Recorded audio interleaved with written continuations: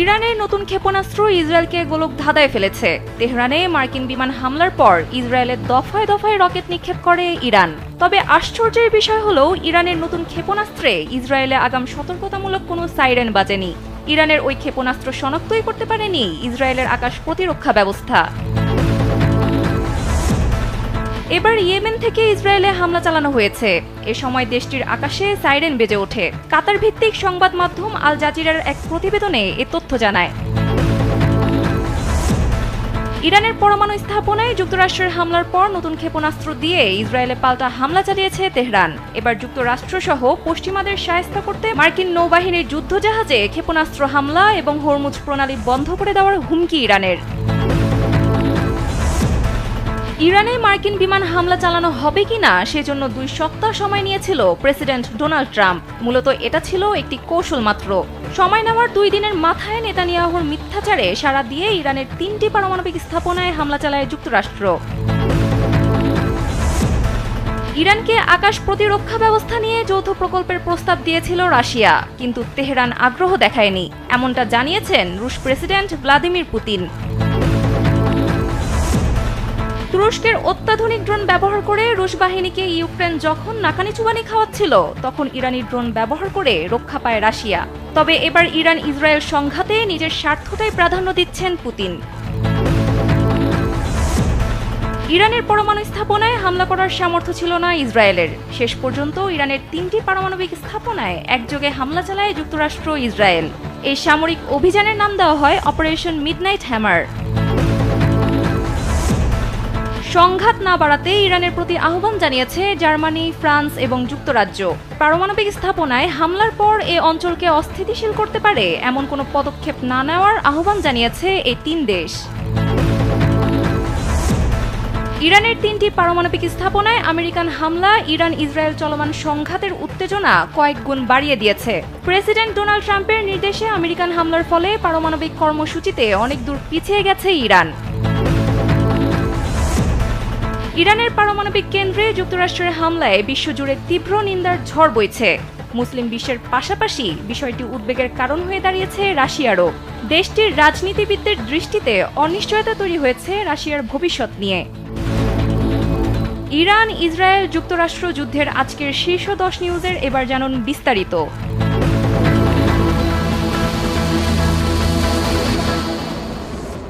ইরানের নতুন ক্ষেপণাস্ত্র ইসরায়েলকে গোলকধাঁধায় ফেলেছে।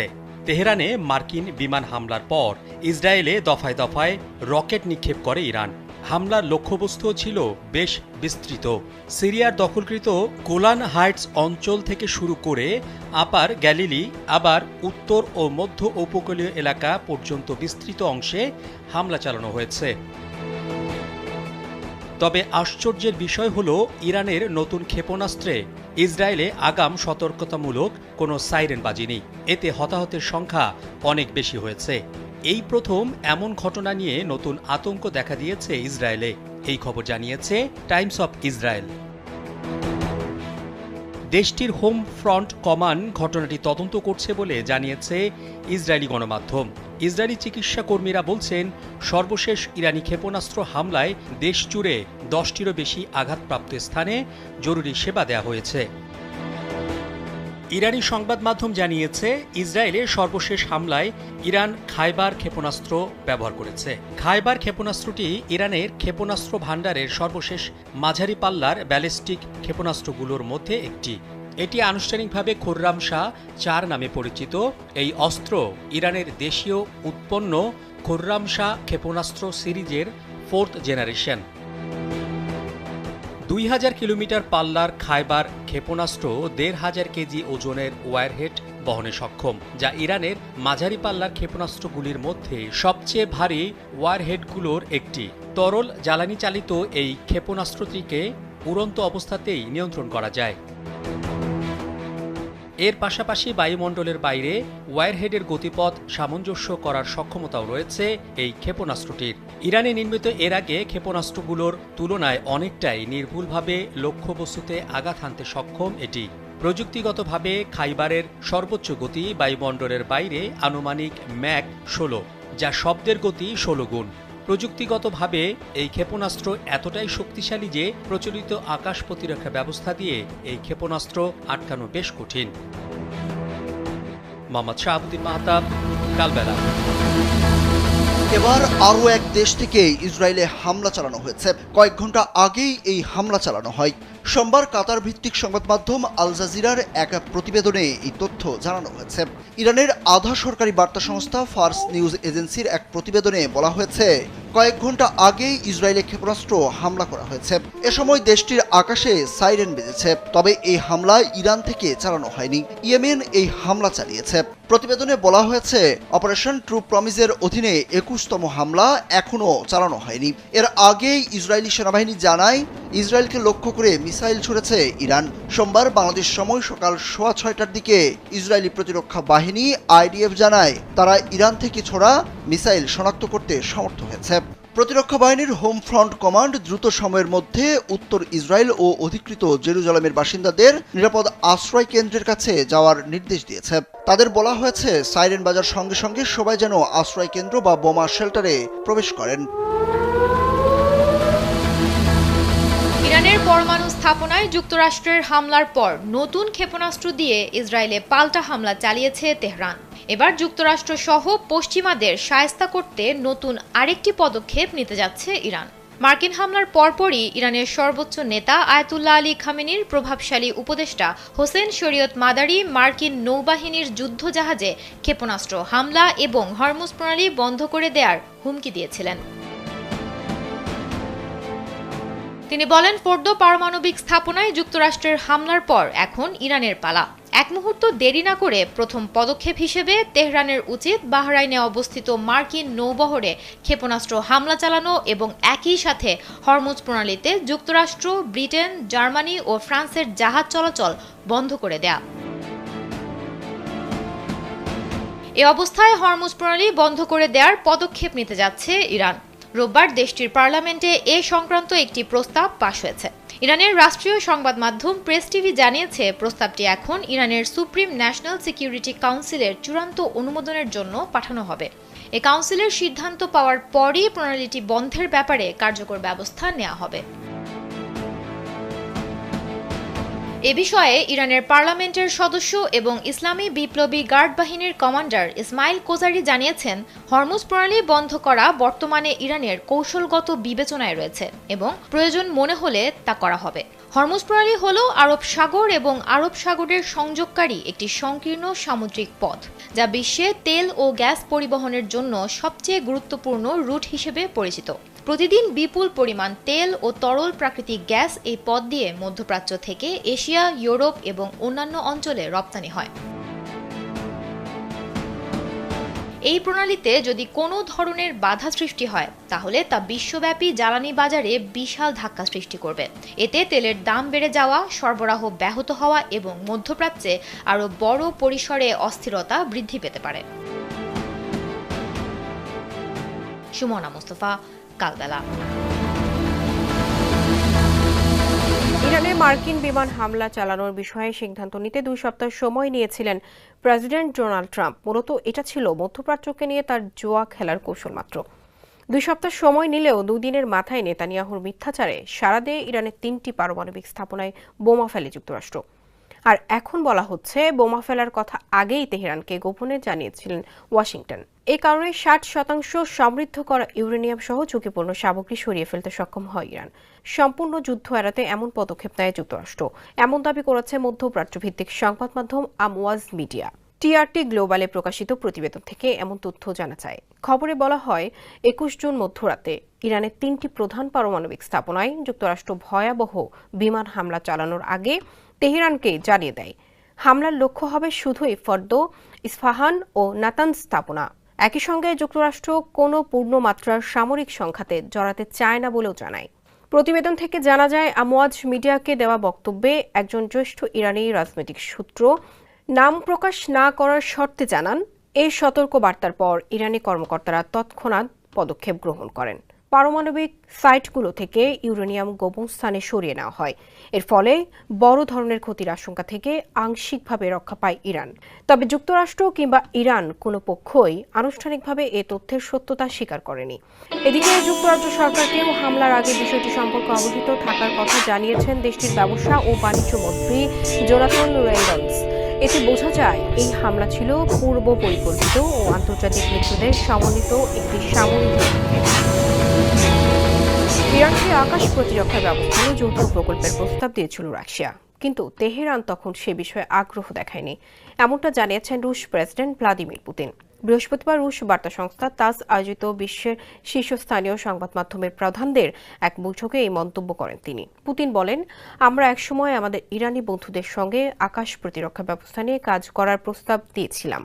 তখন আমাদের অংশীদাররা বিশেষ কোনো আগ্রহ দেখায়নি। চলতি বছরের জানুয়ারিতে কৌশলগত চুক্তির সময়ে ইরানকে এ প্রস্তাব দেওয়া হয়। পুতিন বলেন, ইরানের সঙ্গে কৌশলগত অংশীদারিত্ব নিয়ে চুক্তিতেও প্রতিরক্ষা সংক্রান্ত কোনো ধারা ছিল না। এটা দ্বিতীয় বিষয়। তৃতীয় বিষয় হলো, আমাদের ইরানি বন্ধুরাও আকাশ প্রতিরক্ষা চাইছে না। বাস্তবতা হলো, এ নিয়ে আলোচনার মতো কিছু নেই। গত মে মাসে মস্কো ও তেহরানের মধ্যে 20 বছর মেয়াদী কৌশলগত অংশীদারত্ব চুক্তি অনুমোদন করে ইরানের পার্লামেন্ট। পুতিন ও ইরানের প্রেসিডেন্ট মাসুদ পেজেশকিয়ান 17 জানুয়ারি এই কৌশলগত দলিলে স্বাক্ষর করেছিলেন।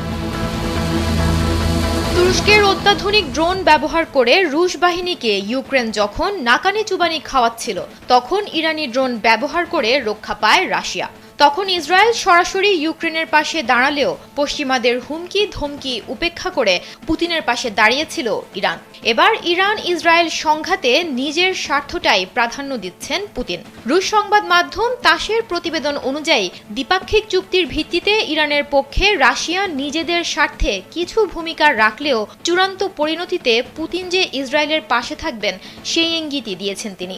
সেন্ট পিটার্সবার্গ আন্তর্জাতিক অর্থনৈতিক ফোরামের পূর্ণাঙ্গ অধিবেশনে দেয়া এক সাক্ষাৎকারে পুতিন বলেন, যারা রাশিয়ার মিত্রদের প্রতি প্রতিশ্রুতি নিয়ে প্রশ্ন তুলেছেন তারা উস্কানিদাতা। আরব এবং ইসলামী বিশ্বের সাথে রাশিয়ার সম্পর্ক ঐতিহ্যগতভাবে বন্ধুত্বপূর্ণ। তবে এ কথা স্পষ্ট যে রাশিয়ার প্রায় 2 মিলিয়ন মানুষ ইসরায়েলে বসবাস করে। ইসরায়েল প্রায় রাশিয়ান ভাষী একটি দেশ। নিঃসন্দেহে রাশিয়ার সমসাময়িক ইতিহাসে মস্কো সর্বদা ইসরায়েলের এই বিষয়টি বিবেচনা করে।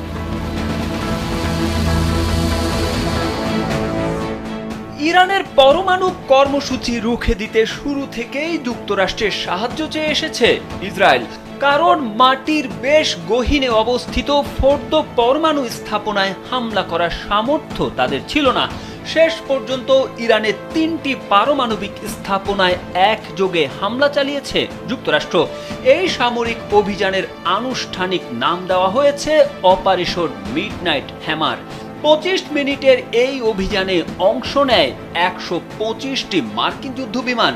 যুক্তরাষ্ট্রের মিসৌরি থেকে উড্ডয়নের পর প্রায় 37 ঘন্টা উড়ে আসে অভিযানের মধ্যমণি 7B2 বোমারু বিমান। বিমানগুলো ইরানের ফোর্দো এবং নাতাঞ্জ পরমাণু স্থাপনায় 14টি বাংকার বাস্টার বোমা ছোড়ে। একই সময়ে ইস্পাহানে আরেকটি পরমাণু স্থাপনায় সাবমেরিন থেকে প্রায় 2 ডজন টমাক ক্ষেপণাস্ত্র নিক্ষেপ করেছে যুক্তরাষ্ট্র। সামরিক বিশ্লেষকরা জানিয়েছিলেন, শুধু যুক্তরাষ্ট্রের B2 বিমান দিয়ে বাংকার বাস্টার ছুড়লেই ফোর্দো পরমাণু স্থাপনার ক্ষতি সাধন করা সম্ভব। শেষ পর্যন্ত সেটাই করেছে যুক্তরাষ্ট্র। দেশটির উচ্চপদস্থ এক কর্মকর্তা জানিয়েছেন, এটাই যুক্তরাষ্ট্রের ইতিহাসে B2 বোমারু বিমান ব্যবহার করে পরিচালিত সবচেয়ে বড় অভিযান। অভিযানের পর একে অভাবনীয় সাফল্য বলে দাবি করেন মার্কিন প্রেসিডেন্ট ডোনাল্ড ট্রাম্প। মার্কিন প্রতিরক্ষা মন্ত্রী পিট হেগসেথও দাবি করেছেন, এই অভিযানের মাধ্যমে ইরানের পারমাণবিক কর্মসূচি ধ্বংস করা হয়েছে। সংঘাত না বাড়াতে ইরানের প্রতি আহ্বান জানিয়েছে জার্মানি, ফ্রান্স ও যুক্তরাজ্য। রোববার এক যৌথ বিবৃতি জারি করে তারা ইরানকে সতর্ক করে। তুর্কি সংবাদ মাধ্যম আনাদোলু এজেন্সির এক প্রতিবেদনে বিষয়টি জানানো হয়েছে। যুক্তরাষ্ট্রের পারমাণবিক স্থাপনায় হামলার পর এই অঞ্চলকে অস্থিতিশীল করতে পারে এমন কোনো পদক্ষেপ না নেওয়ার আহ্বান জানিয়েছে এই 3 দেশ। দেশগুলো বলছে, এই অঞ্চলে অস্থিতিশীল করতে পারে এমন কোনো নতুন পদক্ষেপ না নিতে ইরানকে আহ্বান জানাচ্ছে তারা। যৌথ বিবৃতিটি ফোর্দো স্থাপনা সহ ইরানের পারমাণবিক সাইটগুলোতে যুক্তরাষ্ট্রের বাংকার ব্লাস্টার বোমা এবং ক্রুজ মিসাইল ব্যবহার করে হামলা চালানোর কয়েক ঘন্টা পর আসে। তিন দেশ পুনর্ব্যক্ত করেছে তারা উত্তেজনা কমাতে যৌথ কূটনৈতিক প্রচেষ্টা চালিয়ে যাবে এবং সংঘাত যাতে তীব্র না হয় তা নিশ্চিত করবে। তারা আরও উল্লেখ করেছে ইরানকে তার পারমাণবিক কর্মসূচির সঙ্গে সম্পর্কিত সকল উদ্বেগ সমাধানের দিকে নিয়ে যাওয়া আলোচনায় অংশ নিতে আহ্বান তাদের। তারা সকল পক্ষের সঙ্গে সমন্বয় করে এই লক্ষ্যে অবদান রাখতে প্রস্তুত।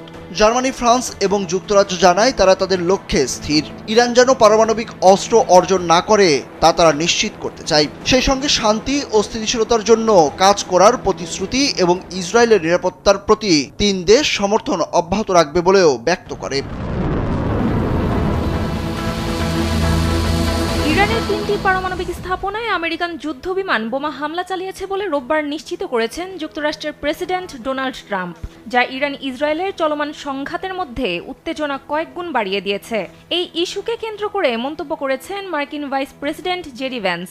তিনি বলেন, যুক্তরাষ্ট্র ইরানের সঙ্গে যুদ্ধে নয় বরং এর পারমাণবিক কর্মসূচির সঙ্গে যুদ্ধে রয়েছে। রোববার এক সাক্ষাৎকারে তিনি বলেন, প্রেসিডেন্ট ডোনাল্ড ট্রাম্পের নির্দেশে আমেরিকান হামলার ফলে এই কর্মসূচি অনেক দূর পিছিয়ে গেছে। রয়টার্স সূত্রে এ তথ্য জানা গেছে। ভ্যান্স এনবিসির Meet the Press with Kristen Welker শোতে দেওয়া সাক্ষাৎকারে বলেন, তারা ইরানের সঙ্গে যুদ্ধে নেই, ইরানের পারমাণবিক কর্মসূচির সঙ্গে যুদ্ধে রয়েছেন, যা ইরানিদের কর্মসূচিকে অনেক দূর পিছিয়ে দিয়েছে বলে মনে করেন তিনি। বলেন, ইরানিদের পারমাণবিক অস্ত্র তৈরি করতে আরও অনেক বছর লাগবে। ভ্যান্স বলেন, তারা শাসন পরিবর্তন চান না, তারা এটিকে দীর্ঘায়িত করতে চান না, তারা চান অপারমাণবিক কর্মসূচি এবং তারপর ইরানিদের সঙ্গে এখানে দীর্ঘমেয়াদী সমাধান নিয়ে কথা বলতে চান তারা। ইরানের পারমাণবিক কেন্দ্রে হামলা করেছে যুক্তরাষ্ট্র। এই ঘটনার পর বিশ্বজুড়ে তীব্র নিন্দার ঝড় বইছে। মুসলিম বিশ্বের পাশাপাশি বিষয়টি উদ্বেগের কারণ হয়ে দাঁড়িয়েছে রাশিয়ারও। দেশটির দার্শনিক থেকে শুরু করে রাজনীতিবিদ সবাই হামলা নিয়ে চুলচেরা বিশ্লেষণে ব্যস্ত। তাদের দৃষ্টিভঙ্গিতে উঠে এসেছে রাশিয়ার ভবিষ্যৎ অনিশ্চয়তা। ইরানের পারমাণবিক স্থাপনায় মার্কিন হামলার পর মস্কোতে ভূ রাজনৈতিক উদ্বেগ থেকে শুরু করে তিক্ত বিদ্রূপের প্রতিক্রিয়া সংগ্রহ করেছে সংবাদ মাধ্যম RT। সেসব প্রতিক্রিয়ায় একটি বাক্য প্রতিধ্বনিত হয়েছে, তা হলো, যদি ইরান টিকে না থাকে তাহলে রাশিয়াও নিরাপদ নয়। প্রভাবশালী রুশ রাজনৈতিক দার্শনিক এবং ভূ রাজনৈতিক বিশ্লেষক আলেকজান্ডার ডুগিন বলেন, কেউ কেউ এখনও এই ভ্রমের মধ্যে আছেন যে তৃতীয় বিশ্বযুদ্ধ কোনোভাবে পাশ কাটিয়ে যাবে। তা হবে না। আমরা ইতিমধ্যেই এর গভীরে রয়েছি। যুক্তরাষ্ট্র রাশিয়ার মিত্র ইরানের বিরুদ্ধে বোমা হামলা চালিয়েছে, কিছুই তাদের থামায়নি। যদি ইরানে বোমা হামলা না থামায় তবে পরবর্তীতে রাশিয়াকে লক্ষ্যবস্তু করা থেকেও তারা থামবে না। কোনো এক সময় তারা সিদ্ধান্ত নিতে পারে যে রাশিয়ার ইরানের মতো পারমাণবিক অস্ত্রের অধিকারী হওয়া উচিত নয়। রাশিয়া ইন গ্লোবাল অ্যাফেয়ার্সের সম্পাদক ফিয়েদর লুকিয়ানভের মতে, আমেরিকার সঙ্গে সরাসরি সংঘর্ষে গেলে তা একটি দীর্ঘ যুদ্ধের দিকে গড়াতে পারে। তাই ইরান সরাসরি যুক্তরাষ্ট্রকে লক্ষ্য না করেই ইসরায়েলের ওপর হামলা বাড়াতে পারে।